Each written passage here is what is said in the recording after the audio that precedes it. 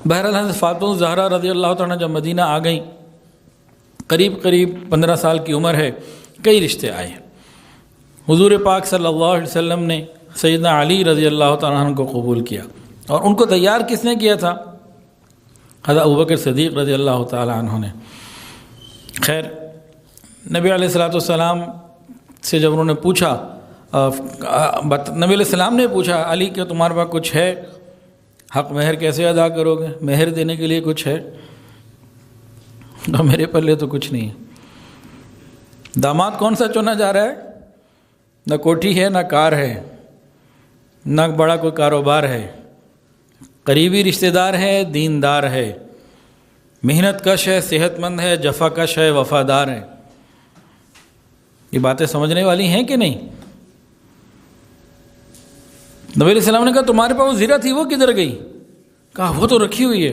کہا اسی کو سیل کرو۔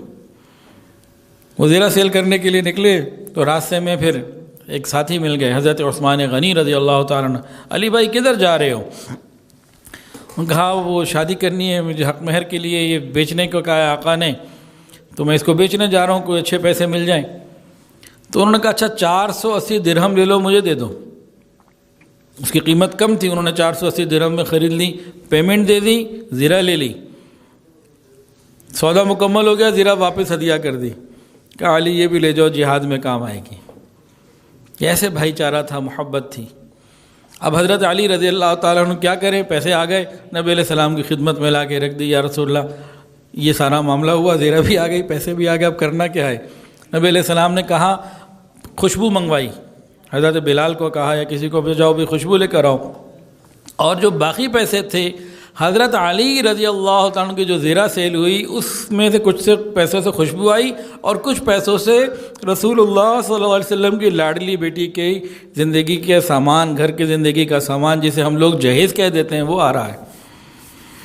یہ کائنات کے سردار کی بیٹی کی شادی ہے تو جہیز کی تیاری سنیے کیا ہے۔ ایک بستر مصری کپڑے کا تھا، اندر اون بھرا ہوا تھا، ایک چارپائی، ایک چمڑے کا تکیہ جس میں کھجور کی چھال تھی، کھجور کی جو چھال ہے وہ بھری ہوئی تھی، ایک مشکیزہ، اور مشکیزہ جو پانی کے لیے جس کو ہمارے یہاں کیا کہتے تھے، ماشکی نہیں ہوتے تھے، مشک، میں نے دیکھی ہے بچپن میں، تو بچپن میں جو لارنس گارڈن جاتے تھے تو وہاں پانی پلانے کے لیے اسی طرح یہ ماشکی جو ہے پھر رہے ہوتے تھے، اور مختلف گھروں میں پانی پہنچانے کے لیے بھی ان کا سلسلہ ہوتا تھا، چمڑے کی ہوتی تھی، اچھا خاصا وزن اس کا اپنا، پھر پانی ڈال دو تو اس کا وزن 1.5 من ہوتا تھا۔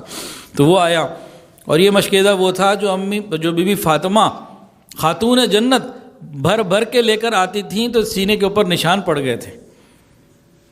15 سال 18 سال کی عورت ہو، بچی ہو، 20 سال کی، 25 سال کی، مشکیزہ کندھے پہ ڈالنا ہو، من اس کا 20 کلو 40 کلو کچھ تو وزن ہوگا پانی سمیت، اور وہ لانا ہو، اور غذائی تنگی بھی ہو، تو وہ جسم پہ نشان کیوں نہ پڑتے۔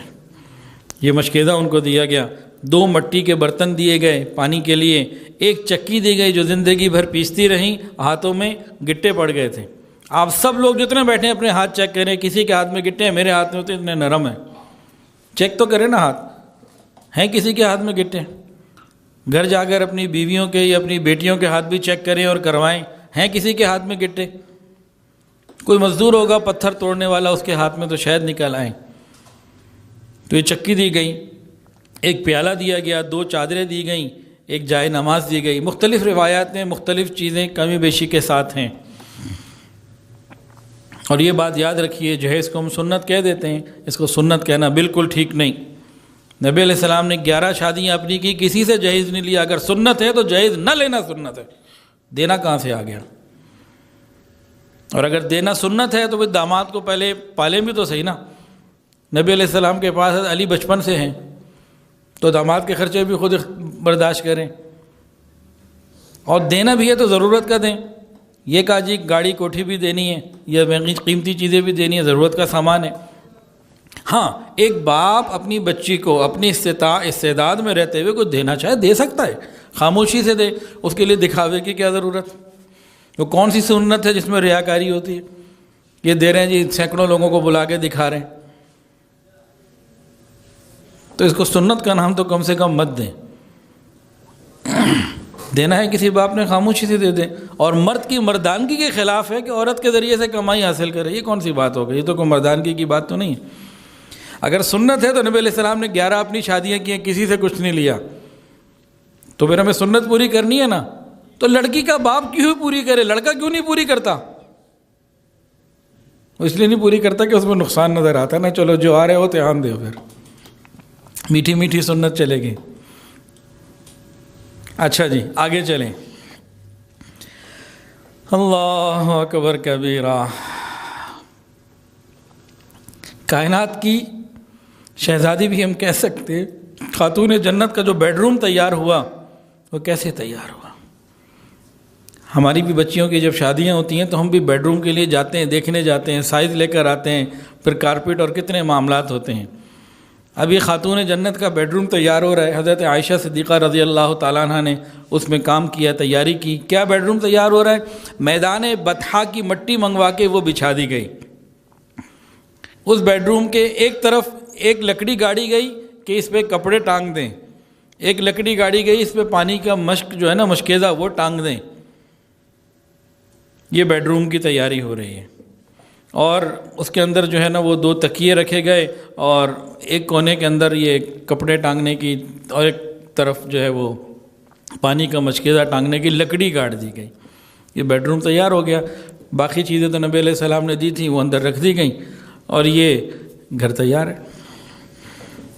یہاں سے حضرت فاطمہ الزہرا رضی اللہ تعالیٰ عنہ کی زاہدانہ زندگی کا ایک نیا دور شروع ہوا. دونوں میاں بیوی کے پاس مال نہیں, غربت ہے, تنگ دستی ہے, لیکن آپس میں محبت ہے, وفاداری ہے, ایمانداری ہے, ایک دوسرے کے ساتھ خوبصورت تعلق نبھانے کی باتیں. یہ گھر جنت کا نمونہ بنا ہوا ہے جس میں مال کوئی نہیں, اعمال ہیں. حضور پاک صلی اللہ علیہ وسلم زندگی بھر دونوں کو سمجھاتے رہے اور دونوں کو ایک دوسرے کے حقوق ادا کرنے کی تلقین کرتے رہے. اور حضرت فاطمہ الزہرا رضی اللہ تعالیٰ عنہ کو خصوصاً شوہر کی خدمت اور اچھے برتاؤ کی تعلیم دیتے رہے. انہی تعلیمات کا اثر آگے واقعات میں سنیے. ایک مرتبہ بی بی فاطمہ الزہرا رضی اللہ تعالیٰ عنہ کو بخار ہو گیا. حضرت علی رضی اللہ عنہ ساری رات ان کا خیال رکھتے رہے, پریشان رہے, لیکن رات جب زیادہ گزر گئی ان کو بھی نیند آ گئی, وہ سو گئے. فجر کے لیے جب اٹھے, تہجد کے لیے فجر کے وقت جب قریب میں جب اٹھیں تو دیکھا حضرت فاطمہ الزہرا رضی اللہ تعالیٰ عنہ وضو کر رہی ہیں نماز کے لیے.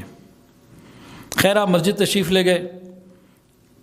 اب جب نماز کے تھوڑی دیر بعد آپ واپس تشریف لائے گھر تو دیکھا کہ آپ بیٹھی چکی پیس رہی ہیں.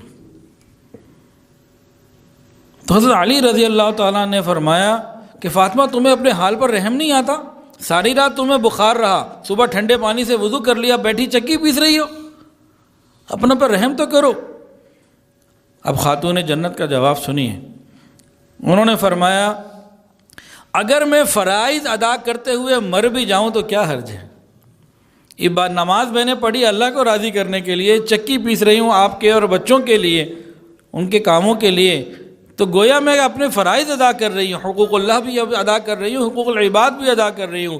حقوق اللہ اور حقوق العباد ادا کرتے کرتے موت بھی آ جائے تو کیا حرج ہے؟ اللہ اکبر کبیرہ. حضرت حسن رضی اللہ عنہ فرماتے ہیں,